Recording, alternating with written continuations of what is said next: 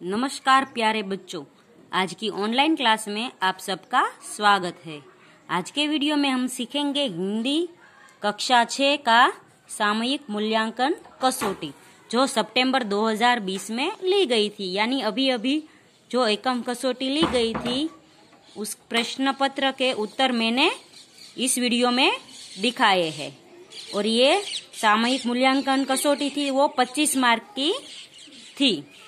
तो इसमें सबसे पहला प्रश्न है, परिच्छेद को पढ़कर प्रश्नों के उत्तर लिखिए। तो एक परिच्छेद है, उसको पढ़कर हमें प्रश्नों के उत्तर लिखने हैं। अक्षरों की खोज के साथ एक नए युग की शुरुआत हुई। आदमी अपने विचारों और हिसाब किताब को लिखकर रखने लगा। तब से मानव को सभ्य कहा जाने लगा। आदमी ने जब से लिखना शुरू किया तब से इतिहास आरंभ हुआ। किसी भी जाति या देश का इतिहास तब से शुरू होता है जब से आदमी के लिखे हुए लेख मिलने लगते हैं। इस प्रकार इतिहास को शुरू हुए मुश्किल से 6000 साल हुए हैं। तो इस परिच्छेद में हमें है वो जब से लिखना शुरू हुआ तब से हमारा इतिहास बना, ऐसा कहा गया है। हम है वो लिखना शुरू आरंभ किया तब से हम है वो इतिहास के बारे में जानने लगे हैं। अभी इस परिच्छेद के प्रश्न है उसके हमें जवाब ढूंढने हैं। जैसे पहला प्रश्न है, मानव इतिहास का आरंभ कब से माना जाता है? तो मानव इतिहास का आरंभ तब से माना जाता है जब से मनुष्य ने लिखना शुरू किया। फिर दूसरा प्रश्न है, परिच्छेद पढ़कर असभ्य शब्द का विलोम शब्द ढूंढिए। तो असभ्य शब्द का विलोम शब्द होगा सभ्य। तो असभ्य तो विलोम शब्द सभ्य होता है।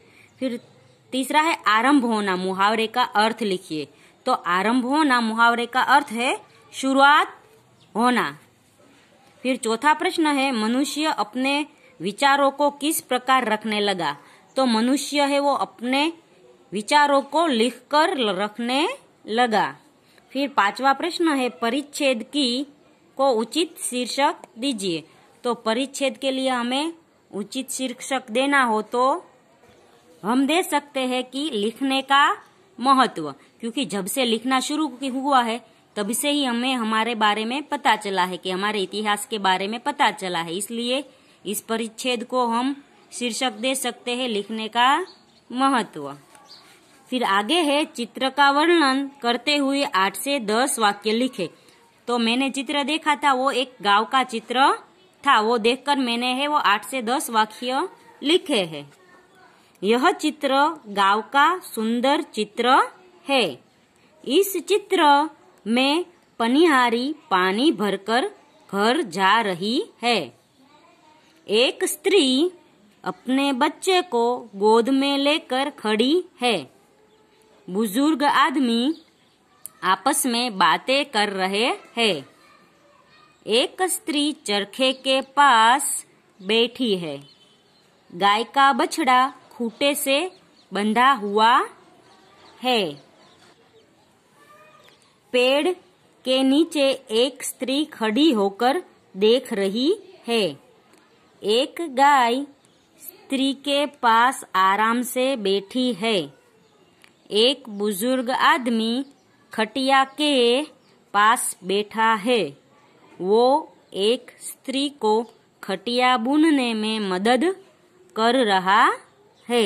तो चित्र देखकर मैंने इतने वाक्य बनाए। आपको कोई और वाक्य याद आए तो आप वो भी लिख सकते हैं। फिर आगे का प्रश्न है, सूचना अनुसार उत्तर लिखे। तो सबसे पहला प्रश्न है, शब्दकोश क्रम के मुताबिक प्रथम स्थान में आने वाला शब्द ढूंढिए। तो ये 4 शब्द दिए गए हैं, इसमें प्रथम आने वाला शब्द हमें लिखना है। कक्षा, अजगर, मंदिर और मनुष्य। तो सबसे पहले स्वर आते हैं। स्वर में सबसे पहले अ आता है, यानी इसका जवाब होगा अजगर। प्रथम शब्दकोश के क्रम में आने वाला शब्द है अजगर। फिर है, शब्दकोश के क्रम में लिखिए। ये दोनों है हमें शब्दकोश के क्रम में लिखने हैं। शब्दकोश हम सब ने पढ़ा हुआ है और सीखा हुआ है। पहला है क्षमा, ज्ञानी, कागजात, गमला, अंबर, आंगन, कक्षा, मनुष्य। तो इसका जवाब सबसे पहले आएगा, इसमें से सबसे पहला आएगा अंबर, क्योंकि अम पहले आता है, फिर शब्दकोश में अ आता है। उसी तरह आम पहले आता है, फिर आ आता है। तो अंबर है वो पहला होगा। फिर आएगा आंगन, आंगन के बाद आएगा कक्षा, कक्षा के बाद आएगा कागजात, और उसके बाद आएगा क्षमा। क्षमा क के बाद इसलिए आता है क्योंकि क्ष है वो संयुक्ताक्षर है। क और श का संयुक्ताक्षर क्ष होता है, इसलिए कि क के बाद शब्दकोश के क्रम में क्ष आता है। फिर क्षमा के बाद आएगा गमला, और गमला के बाद आएगा ज्ञानी। ज्ञ है वो भी ज और ज का संयुक्ताक्षर है, इसलिए ज के बाद ज्ञ आता है। तो गमले के पास ज्ञानी आएगा। फिर आएगा अंत में मनुष्य। तो इसका सही क्रम होगा अंबर, आंगन, कक्षा, कागजात, क्षमा, गमला, ज्ञानी और मनुष्य। फिर आगे है भारती, कक्षा, मनोहर, रामायण, धन, जगत, अजगर और मंदिर।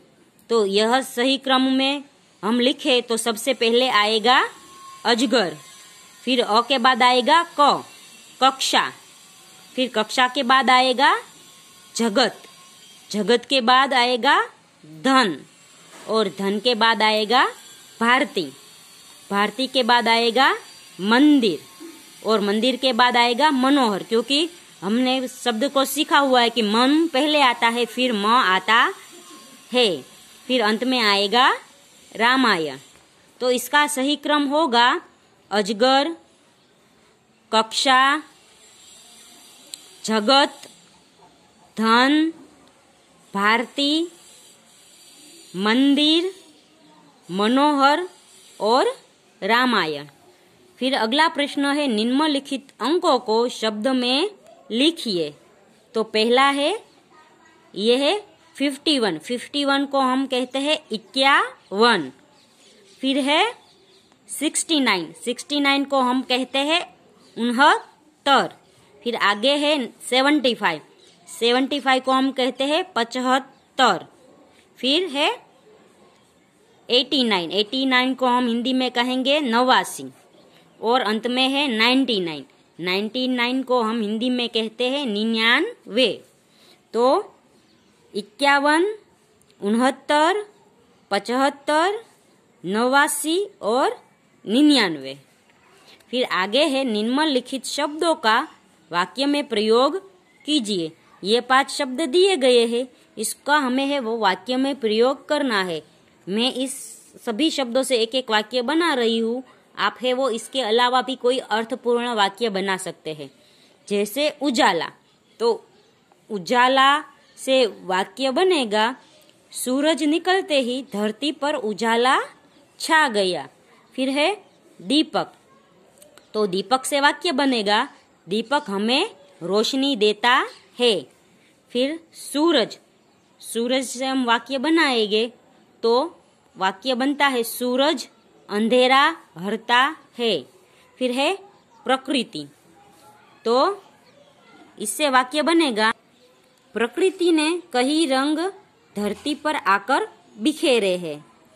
फिर है मुस्कुराहट, तो इसका वाक्य बनेगा राधा की मुस्कुराहट बहुत अच्छी है।